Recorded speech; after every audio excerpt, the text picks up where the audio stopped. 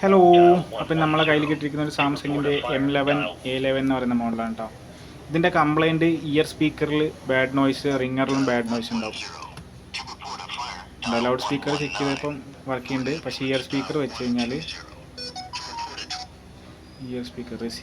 Receiver test ചെയ്താൽ ടിക് ടിക് എന്നൊരു സൗണ്ടും ബാഡ് നോയ്സും ഒരു 1 സെക്കൻഡ് കേൾക്കും, പിന്നെ അത് കേൾക്കില്ല.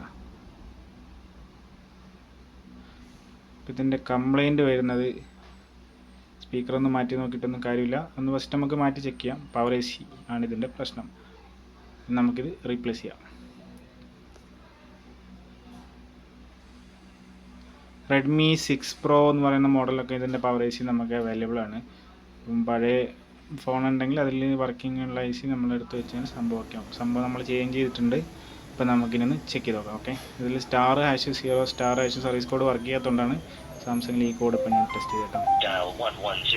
Okay, main speaker already working ആണ്. നേരത്തെ ഉണ്ടായിരുന്ന നോയ്സ് പോയിട്ടുണ്ട്. റിസീവർ നമുക്ക് ചെക്ക് ചെയ്ത് നോക്കാം. ചെറിയ നോയ്സുകളൊക്കെ കേൾക്കാം.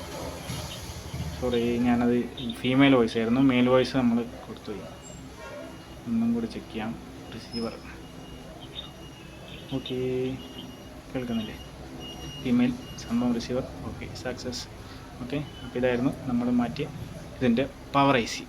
അപ്പോൾ ഇതുപോലത്തെ വീഡിയോയ്ക്ക് വേണ്ടി ഒന്ന് സപ്പോർട്ട് ചെയ്യുക, സബ്സ്ക്രൈബ് ചെയ്യുക. Thank you.